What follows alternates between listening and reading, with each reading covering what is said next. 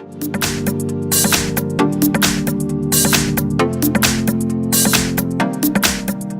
I have MICROMAX Canvas Pace, and let me show you how to set up the screen lock on the following device. So at the very beginning, let's start by using the home screen. Let's use the apps icon, find and select settings.